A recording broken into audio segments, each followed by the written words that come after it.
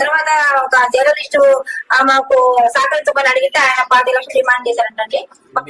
నేనేనండి, నేనే మాట్లాడాను. 10 లక్షలు 500 గజాలు డిమాండ్ చేశారంట.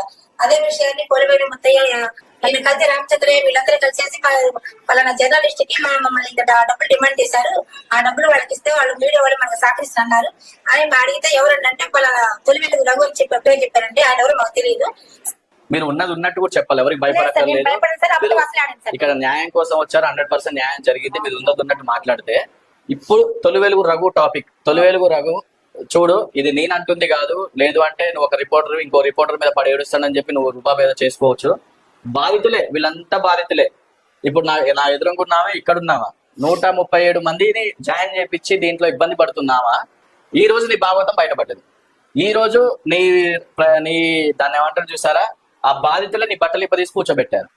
25 లక్షలు నువ్వు డిమాండ్ చేసావంట. 25 లక్షలు ఇంకా 500 గజాలు. 25 లక్షలతో పాటు నీకు 500 గజాలు కావాలా? నీ అయ్య జాగిరాది నువ్వు అన్నావు కదా, మినిస్టర్స్ ని సీఎం ని నువ్వు అన్నావు కదా, నీ అయ్య జాగిరాది నువ్వు ఎవరు ఇస్తున్నావా, నీ ఇంట్లో చిత్తన్నావా అని. నీ అయ్య జాగిరా ఇది 500 గజాలు అడగడానికి. ఎవడబ్బా సొప్తని నువ్వు 500 గజాలు బ్లాక్ మెయిల్ చేసినావు ఏమని? ఇంకంత కాకుండా పేదల కోసం ఫైట్ చేసే వ్యక్తిని నేను అని అన్నావు కదా. పేదల కోసం ఫైట్ చేసే వ్యక్తిని, పేదలే నా ప్రపంచం, పేదల కోసమే నా జీవితం ధారపోస్తున్నా అన్నావు కదా. ఇదా నీ పనితనం?